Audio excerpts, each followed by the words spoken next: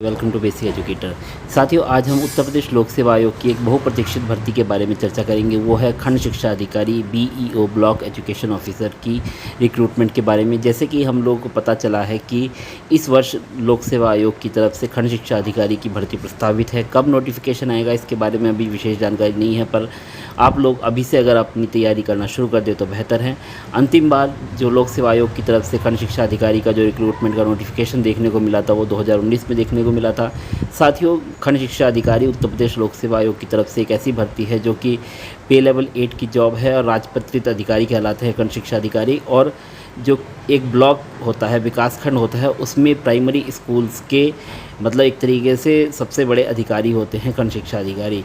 और अगर ब्लॉक में देखा जाए तो कुछ गेजेटेड ऑफिसर्स में वो भी शामिल होते हैं, या तो बीडीओ या आपके पीएचसी के जो प्रभारी चिकित्सा अधिकारी होते हैं वो, और खंड शिक्षा अधिकारी, यही आपके जो गेजेटेड ऑफिसर्स में काउंट होते हैं किसी एक विकास खंड में। तो इस लिहाज से भी ये पद बहुत इंपॉर्टेंट हो जाता है। तो साथियों, आज हम चर्चा करेंगे कि जो आपका खंड शिक्षा अधिकारी का नोटिफिकेशन आया था उसमें आपकी एलिजिबिलिटी क्राइटेरिया क्या रहता है, उसमें आप लोगों का क्वालिफ़िकेशन क्या है, एग्ज़ाम पैटर्न क्या रहता है, किस प्रकार की ये पोस्ट रहती है, क्वेश्चन पेपर कैसा आता है, इन सब चीज़ों पर हम चर्चा करेंगे। तो साथियों, जैसे कि आप स्क्रीन पर देख पा रहे हैं कि ये खंड शिक्षा अधिकारी का नोटिफिकेशन है 2019 का, और इसमें मैं कुछ चीज़ें आप लोगों को मतलब हाईलाइट करते हुए बोलूँगा। देखिए, सबसे पहले तो यहाँ पे रिक्तियों की बात की गई है, तो मैं आपको बता दूँ कि देखिए, ये जो है आपकी उस समय 309 वैकेंसी थी, इस बार कितनी वैकेंसी आएगी पता नहीं है, बट ये जो जॉब है ये पे लेवल 8 की जॉब है आपकी, यानी कि ग्रेड 4500 की जॉब है। राजपत्रित अधिकारी होते हैं, यानी गैजेटेड ऑफिसर्स कहलाते हैं। तो गैजेटेड ऑफिसर होना अपने आप में एक बहुत बड़ी बात होती है, और ग्रुप सी की ये पोस्ट है। तो इस प्रकार से आपका पहली बात तो ये तो आपका पद का स्वरूप हो गया कि पद किस प्रकार का है। दूसरी बात साथियों, इसमें शैक्षिक अर्हता क्या होती है, तो शैक्षिक अर्हता के बारे में बात कर लेते हैं। यहाँ पर आपकी शैक्षिक अर्हता दी हुई है। आवेदन स्वीकार किए जाने अंतिम तिथि तक अभ्यर्थियों के पास निम्न अर्हताएँ होनी चाहिए। तो अर्हता क्या है, बात कर लेते हैं।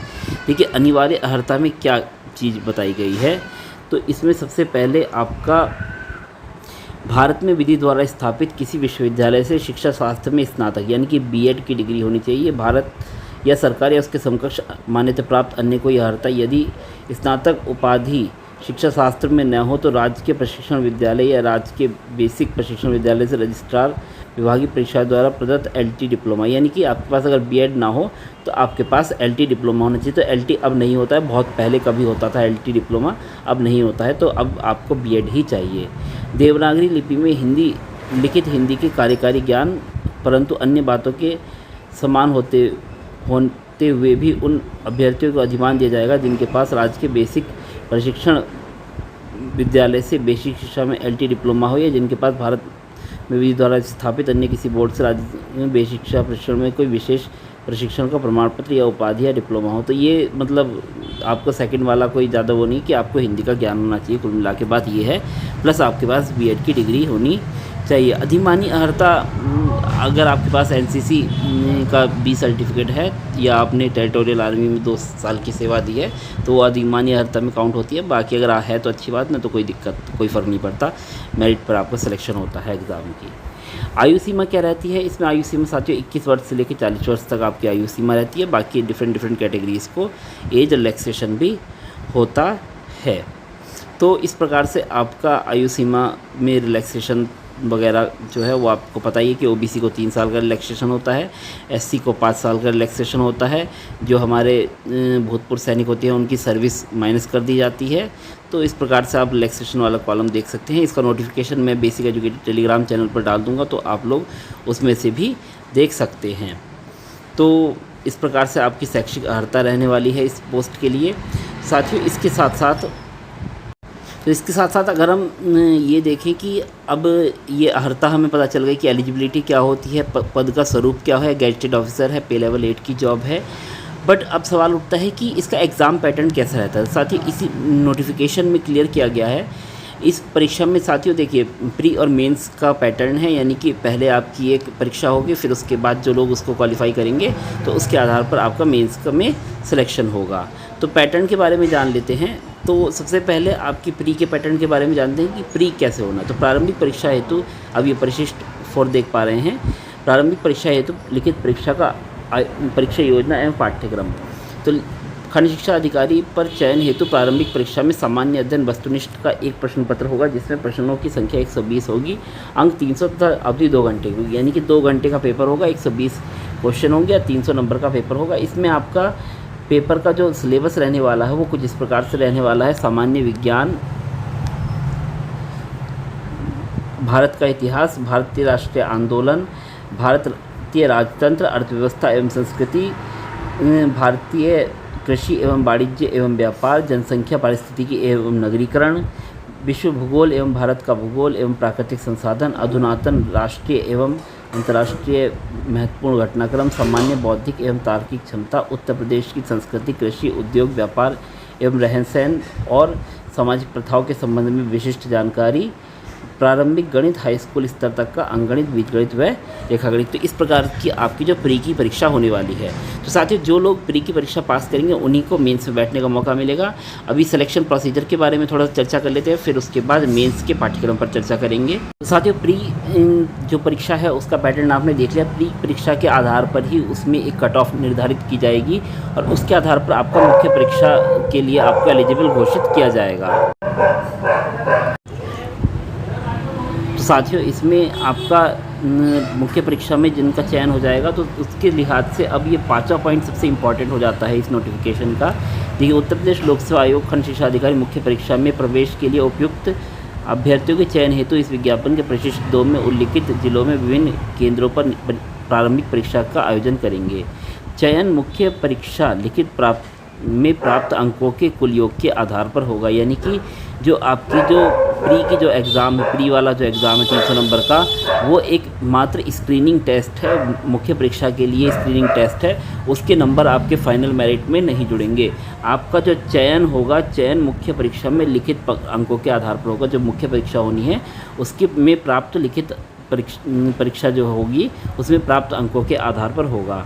अब साथियों इसमें एक पॉइंट और है जो मैं आपको बता देता हूँ कि इसमें देखिए सबसे पहले जो आपका प्री परीक्षा होने वाली है, प्रारंभिक परीक्षा में वस्तुनिष्ठ प्रश्नों में गलत उत्तरों पर नेगेटिव मार्किंग की व्यवस्था निम्नलिखित लागू रहेगी, यानी कि 4 विकल्प दिए गए हैं, 1/3 आपकी नेगेटिव मार्किंग उसमें रहेगी। इसके साथ साथ यदि कोई उम्मीदवार एक से अधिक उत्तर देता है तो उसको गलत माना जाएगा और उसके नेगेटिव मार्किंग में उसका आंसर काट दिया जाएगा। तो यहाँ पे नेगेटिव मार्किंग है। इसके साथ साथ यदि कोई प्रश्न हल नहीं किया जाता तो उसके लिए कोई नंबर नहीं दिए जाएंगे। अब साथियों इसमें आपको प्री परीक्षा में एक मिनिमम स्टैंडर्ड घोषित किया गया है। देखिए कट ऑफ उससे ज़्यादा हो सकती है वो अलग बात है, बट अगर सपोज अभ्यर्थी कम मिलते हैं तो ऐसा नहीं कि कम नंबर वालों को भी सिलेक्शन कर लिया जाएगा। तो इसमें एक मिनिमम स्टैंडर्ड घोषित किया गया है। तो SC ST के लिए 35% मार्क्स लाना कंपलसरी होगा। 35% से कम नंबर अगर आप लाएंगे लिखित या मुख्य परीक्षा में तो उसमें आप लोगों का चयन, आप लोग जो चयन सूची है उसमें शामिल नहीं किए जाएंगे। अगर 35% से कम अगर मान लीजिए कट ऑफ रह जाती है उस केस में उन जो सीट्स हैं वो नहीं भरी जाएंगी, सीट्स को वैकेंट छोड़ दिया जाएगा। बट 35% से कम वाले कैंडिडेट्स को श्रेष्ठता सूची या चयन सूची में शामिल नहीं किया जाएगा, चाहे वो मुख्य परीक्षा हो या आपकी प्रारंभिक परीक्षा हो। इसी प्रकार से जो अन्य कैटेगरीज़ हैं SC ST के लिए ये स्टैंडर्ड 35% है और OBC, EWS और UR के लिए जो ये मिनिमम एफिशिएंसी स्टैंडर्ड है वो 40% है। तो 40% मार्क्स आपको हर हाल में प्रारंभिक परीक्षा में भी और मुख्य परीक्षा में भी लाने होंगे। जनरली कट ऑफ इससे ज़्यादा ही होती है, बट अगर किसी केस में इससे कम अगर कट ऑफ रहने लगी तो फिर वो सीट्स वैकेंट छोड़ दी जाएंगी, बट इससे कम वालों का सिलेक्शन नहीं किया जाएगा।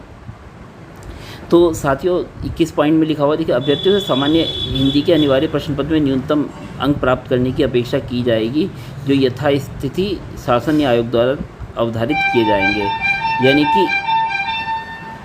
यानी कि इसमें जो न्यूनतम अंक हिंदी के पेपर में भी प्राप्त करने की अपेक्षा की जाती है। तो इस प्रकार से आपका जो एक मिनिमम स्टैंडर्ड है, चाहे वो प्री हो या मेंस हो, 35% SC/ST के लिए और बाकी कैटेगरीज़ के लिए 40% का स्टैंडर्ड बना हुआ है। तो इससे कम अगर आपके मार्क्स आते हैं तो आपका सिलेक्शन नहीं किया जाएगा। अब आपको ये क्लियर हो गया है कि प्री जो परीक्षा है ये 300 नंबर की, ये मात्र स्क्रीनिंग परीक्षा है। आपका जो चयन होगा वो केवल मुख्य परीक्षा के आधार पर होगा। प्री परीक्षा का काम सिर्फ स्क्रीनिंग करना है, मुख्य परीक्षा के लिए आपको छटनी करने के लिए सिर्फ किया जाएगा। ये मुख्य परीक्षा क्या है? मुख्य परीक्षा लिखित परीक्षा में 2 अनिवार्य प्रश्न पत्र तथा यथा सामान्य अध्ययन और सामान्य हिंदी व निबंध के 3-3 घंटे के 200 अंकों के 2 पेपर होंगे। मुख्य परीक्षा 400 अंकों की होगी। सामान्य अध्ययन परंपरागत परीक्षा की संरचना हेतु प्रश्न पत्रों का स्वरूप का विभाजन निम्नलिखित है। प्रश्नों की कुल संख्या 40 होगी। जो सामान्य अध्ययन का पेपर होगा, प्रश्नों की संख्या 40 होगी। सभी प्रश्न अनिवार्य होंगे। सभी प्रश्न खंडों में विभाजित होंगे। प्रश्न खंड ए के अंतर्गत प्रश्न पत्र में 40 प्रश्न, सामान्य उत्तरीय उत्तरों की सीमा 125 शब्द होंगी। प्रत्येक प्रश्न 10 अंक का होगा। खंड ब में 10 प्रश्न होंगे जो लघु उत्तरीय होंगे और उत्तरों की सीमा 50 अंकों की होगी और प्रत्येक प्रश्न जो है वो 6 अंकों का होगा। जो खंड स है उसके अंतर्गत 20 अति लघु प्रश्न होंगे और उसके उत्तरों की सीमा 25 होगी और प्रत्येक प्रश्न 2 अंकों का होगा। इसी प्रकार से सामान्य हिंदी और निबंध के अंतर्गत प्रथम खंड सामान्य हिंदी का 100 अंकों का होगा, द्वितीय खंड निबंध का 100 अंकों का होगा। ये जो आपका पेपर का पैटर्न है, सिलेबस है। तो पहला जो आपका पेपर है सामान्य अध्ययन का, उसमें आपके भारत का इतिहास, भारतीय राष्ट्र आंदोलन एवं संस्कृति, भारत का भूगोल, भारत की राजनीति, भारत के कृषि, वर्तमान राष्ट्रीय मामले और सामाजिक संगति के विषय में भारत और विश्व, भारतीय अर्थशास्त्र, अंतर्राष्ट्रीय मामले और संस्थाएं, विज्ञान एवं प्रौद्योगिकी, संचार एवं अंतरिक्ष के क्षेत्र में विकास, शिक्षा में अद्यतन विकास, भारत उत्तर प्रदेश की संस्कृति, कृषि, उद्योग, व्यापार, रहन सहन और सामाजिक प्रथाओं की विशिष्ट जानकारी। तो ये आपका क्वेश्चन पेपर का पैटर्न रहने वाला है सामान्य अध्ययन का, जो कि 200 नंबर का होगा। इसी प्रकार से सामान्य हिंदी का पेपर में 2 खंड होंगे। खंड ए में सामान्य हिंदी होगी और खंड ख में आपका निबंध होगा। खंड ए में अपठित गद्यांश होगा, उससे संबंधित प्रश्न होंगे और रेखांकित अंशों की व्याख्या करनी होगी। शासकीय अशासकीय पत्र लिखने होंगे। कार्यालय आदेश, ज्ञापन, अधिसूचना, प्रेस विज्ञप्ति, परिपत्र और संबंधी पत्र लेखन आलेखन करना होगा। वाक्यों का हिंदी से अंग्रेजी में अनुवाद और अंग्रेजी से हिंदी में अनुवाद करना होगा। अनेकार्थी शब्द, विलोम शब्द, पर्यायवाची, तत्सम, तद्भव, क्षेत्रीय, विदेशी शब्द भंडार, वर्तनी, अर्थबोध, शब्द रूप, संधि, समास, क्रियाएं, हिंदी वर्णमाला, विराम चिन्ह, शब्द संरचना, वाक्य रचना, अर्थ, मुहावरे, लोकोक्तियाँ, उत्तर प्रदेश की मुख्य बोलियाँ, भारत हिंदी भाषा के प्रयोग में होने वाली अशुद्धियाँ, इन सब पे आधारित आपके प्रश्न होंगे। अगला खंड आपका हिंदी निबंध का होगा। हिंदी निबंध के अंतर्गत 2 उपखंड होंगे। प्रत्येक उपखंड में से एक निबंध, कुल मिलाकर 2 निबंध लिखने होंगे। प्रत्येक निबंध की विस्तार सीमा 700 शब्द होगी और निबंध हेतु जो निम्नवत क्षेत्र होंगे। खंड ए में आपका साहित्य, संस्कृति, अंतर्राष्ट्रीय विकास योजना क्रियान्वयन या राष्ट्रीय अंतर्राष्ट्रीय सामाजिक निदान ये होगा। और खंड बी में आपका पर्यावरण विज्ञान, प्राकृतिक आपदाएं एवं उनका निस्तारण, कृषि, उद्योग और व्यापार, ये आपका खंड ब होगा। तो इस प्रकार से आपके 2 निबंध आपको लिखने होंगे और इनका जो टाइमिंग होने वाला है ये आपका 3-3 घंटे के पेपर होने हैं। यानी कि आपका पहला पेपर भी 3 घंटे का होगा, दूसरा पेपर भी 3 घंटे का होगा। कुल मिला के 200-400 नंबर में से आपकी मेरिट बनेगी। प्री के आपके कोई भी नंबर नहीं होंगे। जो फाइनल सिलेक्शन होगा वो मेंस की मेरिट के अकॉर्डिंग होगा। और साथ ही मैं आपको याद दिला दूँ, इस परीक्षा में कोई भी इंटरव्यू नहीं है। तो आपको ध्यान रखना है कि जो सिलेक्शन होना है वो फाइनल मेरिट के आधार पर ही होगा। तो हिंदी का भी बहुत बड़ा रोल है इसमें। देखिए 200 नंबर की आपकी हिंदी है और 200 नंबर का जीएस है। तो जीएस तो अच्छा रखना ही है, साथ साथ आपको हिंदी पर भी अपना काम करना होगा इस परीक्षा में अगर आपको पास करना है। आशा करते हैं जानकारी आपके लिए फ़ायदेमंद रही होगी। अगर आपको लगता है कि हमारा काम अच्छा है तो आपको बेसिक एजुकेटर को सब्सक्राइब कीजिए, चैनल को अपने साथियों के साथ शेयर भी कीजिए, वीडियो को भी शेयर कीजिए और वीडियो को लाइक कीजिए। और इसी प्रकार की जानकारी के लिए बेसिक एजुकेटर के साथ जुड़े रहिए। Thank you.